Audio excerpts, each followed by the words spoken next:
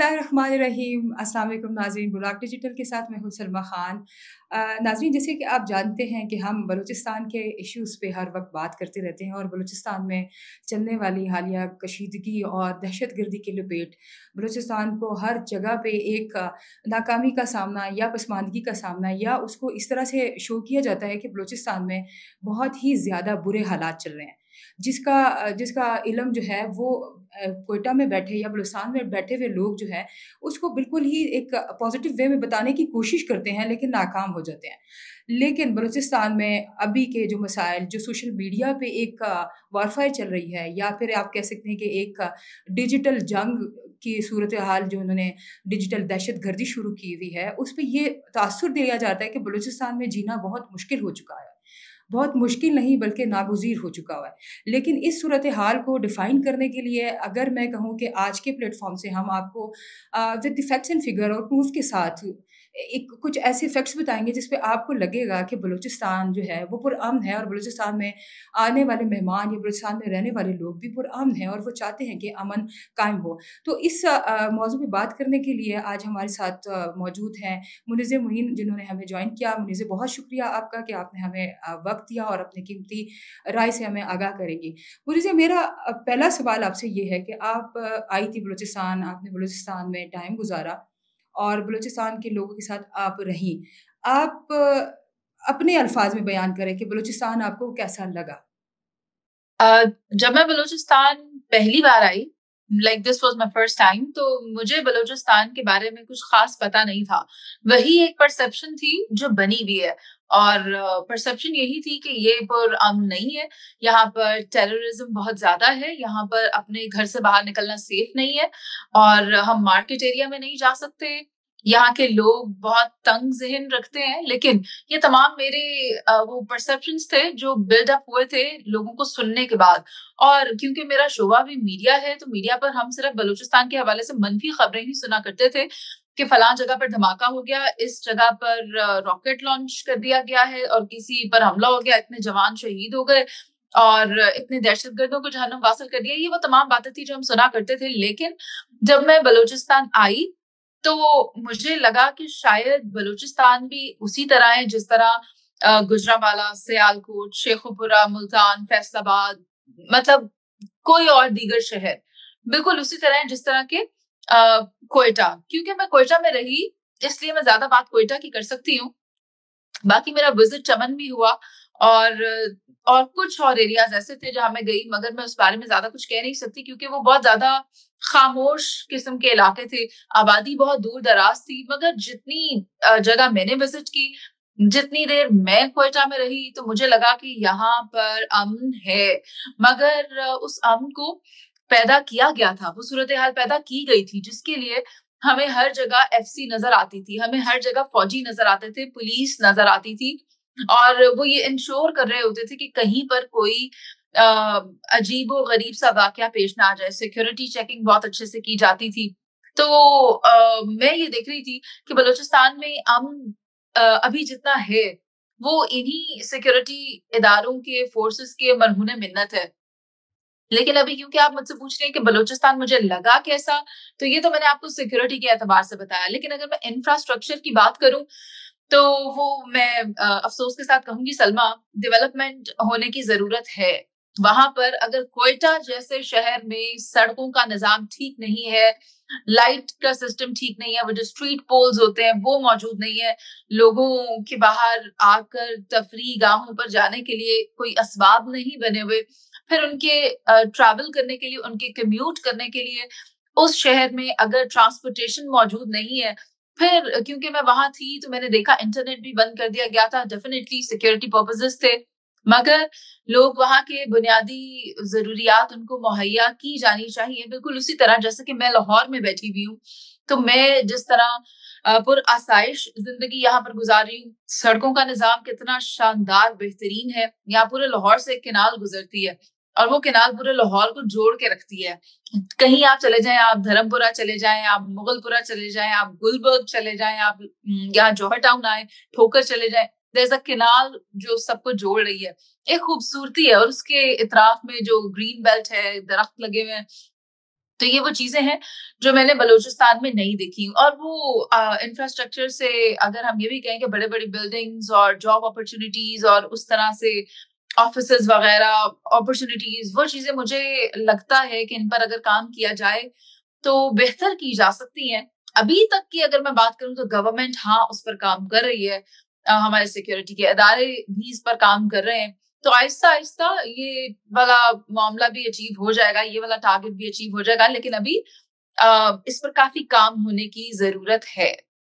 बहुत खूब मुनीज़े, आपने तो हमें बता दिया कि इंफ्रास्ट्रक्चर या फिर डेवलपमेंट की स्कीम्स या फिर ऐसा है कि बड़ी बिल्डिंग्स या उस पे काम करने की ज़रूरत है। नो डाउट ये गवर्नमेंट डिलीवर कर रही है और गवर्नमेंट जो है वो इस डेवलपमेंट की स्कीम्स में बहुत ही ज़्यादा इन्वेस्टमेंट की तरफ आगे निकल रहे हैं। जैसे कि हमने कल ही सुना था कि रैकोटेक में जो है उन्होंने फिर से 7.2 बिलियन की एक इन्वेस्टमेंट रेज़ कर दी है। तो ये एक अचीवमेंट है बलूचिस्तान के लिए कि बलूचिस्तान में माइंस एंड मिनरल से भरा हुआ ये सूबा है और यहाँ पे अपॉर्चुनिटीज़ की कमी नहीं है, उस पे हमें ज़्यादा काम करने की ज़रूरत है। मुनीज़, मुझे ये बताइएगा कि आप लोगों को जो है वो एक बाहर के सिटी में होते हुए एक तासुर दिया जाता है कि बीएलए जो है वो रोड्स पे ऐसे धंधनाती फिर रही है और लोगों में खौफ व हरास है। क्या ये दुरुस्त है? आपने खुद इस चीज़ को महसूस किया? सलमा, देखिए, हम इस बारे में कुछ कह नहीं सकते, इसलिए क्योंकि आप कल ही का इंसिडेंट देखें जहां 5 जवान शहीद हो गए हैं, जिनमें के कैप्टन वकार काकर मौजूद हैं, नाइक असमतुल्ला, लांस नाइक, जुनेद अहमद, फिर नाइक खान मोहम्मद और सिपाही मोहम्मद जहूर। तो ये जो शहीद हो रहे हैं ये हमारे लोग हैं, और जो इनको टारगेट कर रहे हैं वो भी हमारे ही लोग हैं। तो अपने ही लोग अगर अपनों के खिलाफ खड़े हैं तो हम तो ये आइडेंटिफाई कर ही नहीं सकते कि कौन बीएलए से जुड़ा हुआ है। और जहां आप ये मुझसे पूछ रही हैं कि मैंने क्या विटनेस किया वहां पर, तो आप मुझे बताएं, एक तालीमी दरसगाह, वहां पर अगर उस्मान काजी नामी एक शख्स बीएलए के लिए जो काम कर रहा था, जो बलूचिस्तान में होने वाली नेगेटिव कार्रवाइयों का हिस्सा रहा, सरगना रहा, फैसिलिटेटर रहा, उस किस्म के रूप में अगर उस्ताद की शक्ल में वो आकर हैवानियत का दर्स दे रहा होगा और इस किस्म के प्रोपोगेंडास कर रहा होगा जो बलूचिस्तान का अमन तबाह करेंगे, तो फिर ये मैं कैसे आइडेंटिफाई कर सकती हूँ, या वो तालिब इल्म किस तरह से आइडेंटिफाई कर सकेंगे कि ये बीएलएसएस का ताल्लुक है या ये मेरे या आपके जैसा ही कोई पाकिस्तान से मोहब्बत करने वाला शहरी है, बलूचिस्तान का पुरअमन शहरी है। आप अगर देखें तो अपने ही लोगों के खिलाफ इस वक्त ये एक महाज खुला हुआ है। हम अपने ही लोगों से लड़ रहे हैं, हमारी आर्म फोर्सेस, हमारे एफसी के अहलकार, हमारी पुलिस फोर्स, तमाम इस वक्त अपने ही लोगों से लड़ रहे हैं जो कि बलोच हैं। और ये बलोच कौन है?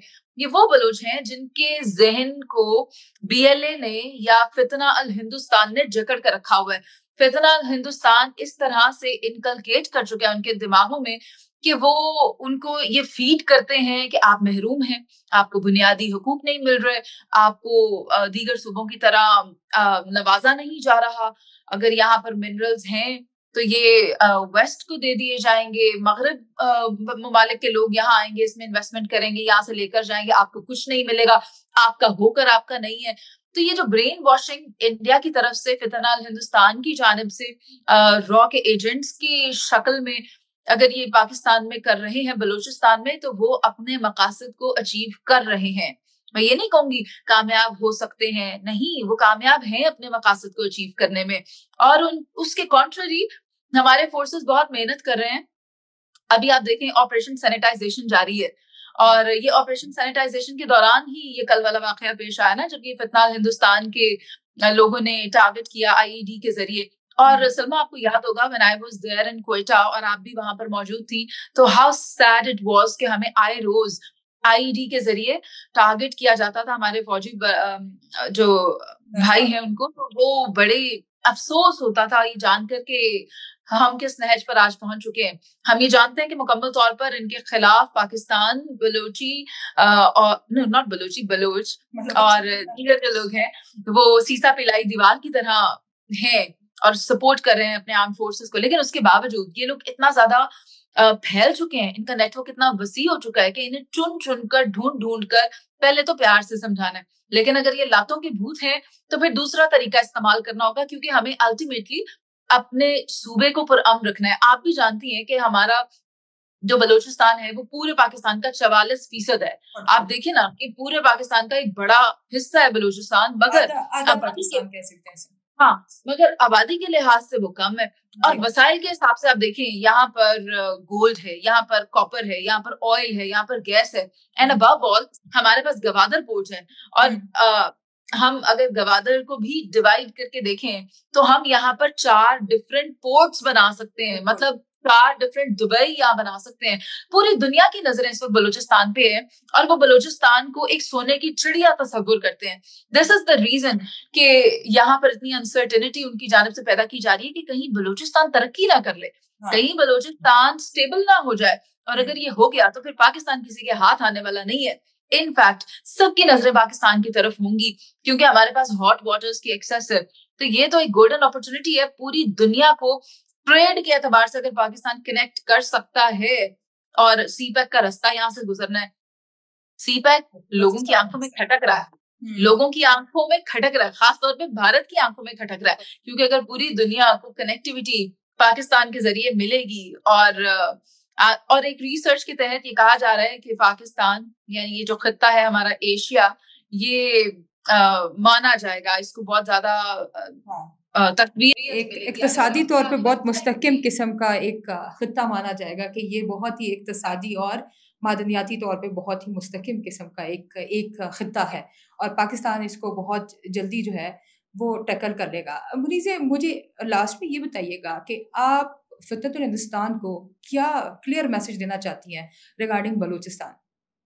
हमने इन्हें जो मैसेज देना था ना वो 2016 में कुलभूषण यादव को पकड़ के दिया था कि इनका हाजिर सर्विस फौजी हमने पकड़ लिया था। और फिर आप देखिए कि पाकिस्तान करता क्या है जब वो इस किस्म के लोग पकड़ लेता है, और फिर पाकिस्तान अमन चाहता है मगर कॉम्प्रोमाइज की बुनियाद पर नहीं चाहता। अगर आप पाकिस्तान के अमन को दागदार करने के लिए इस तरह की दरफुंतनियां छोड़ेंगे, ये जो कुलभूषण टाइप के लोग हो गए और ये बीएलए की तंजीम से आप हमारे लोगों की ब्रेन वॉशिंग करके उन्हें हमारे ही खिलाफ खुदकश बनाकर इस्तेमाल करना चाहेंगे तो आप कामयाब उसमें नहीं हो सकते।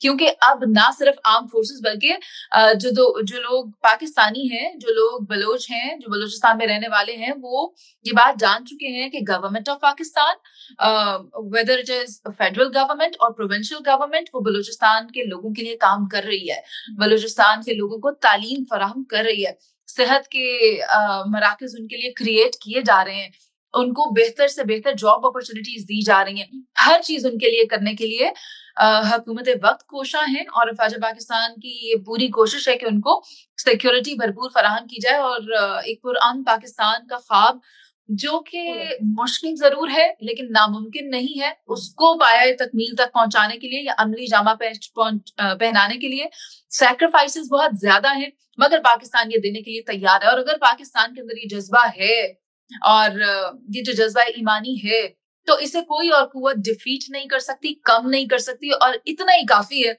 भारत के लिए ये जान लेना कि पाकिस्तान अपने साथ कभी भी ज्यादती होने नहीं देगा, क्योंकि पाकिस्तान एक सॉवराइन स्टेट है। बी दैट फितना अल खवारिज, बी दैट फितना अल हिंदुस्तान, इन सब का कला कमा किया जाएगा और जो इसको पाकिस्तान में प्रोवोक करेंगे, इंसाइट करेंगे, उनका भी वही हशर किया जाएगा जो हम पाकिस्तान से जब दहशतगर्द पकड़ते हैं उसके साथ करते हैं। मुनीज़, लास्ट क्वेश्चन, आप मुझे ये एक अपने क्लियर अल्फाज में अपने दिल से बताइएगा कि BYC हकीकतन में किसी मजलूम की आवाज है या प्रोपोगेंडा है? ये तो मैं क्या कहूँ, आप महारन बलोच को देखें, क्या कहते हैं उसको, शराफत का लिबादा ओढ़े और विमेन कार्ड प्ले करने का अमली सबूत, अमली मुजाहिरा है, और वो इसे कैश करने की कोशिश करती है। और हम सब जानते हैं कि उसके नेटवर्क कहाँ से, उसके वो जो डोरे हैं वो कहाँ से ऑपरेट हो रही हैं, डेफिनेटली भारत से हो रही हैं। तो ये जो तंजीमें हैं BLA, BYC, BRA और जो तमाम दीगर जो को सबटाज करने की कोशिश कर रही हैं, ये तमाम मनफी तंजीमें हैं और इनके साथ पब्लिक की सिंपैथीज नहीं है। बहुत शुक्रिया मुनीज़े, आपने इतने मतलब एक प्योरीफाइंग किस्म के वर्ड्स यूज़ करके फ़ितनतुल हिंदुस्तान को एक ललकार के जवाब दिया है कि आप बलूचिस्तान में जितनी भी कोशिश कर लें, आप समझ रहे हैं कि आप कामयाब हो चुके हैं, लेकिन आप कामयाब नहीं हैं। ये नाकाम कोशिश है आपकी जो आप कर रहे हैं। आपने गलत जगह गलत लोगों पे इन्वेस्टमेंट कर दी है। ये बात आप भी जान चुके हैं और हम भी जान चुके हैं कि बीवाईसी एक प्रोपेगेंडा है, फ़ितनतुल हिंदुस्तान का एक कड़ी है जो बलूचिस्तान में बदअमनी फैला रही है।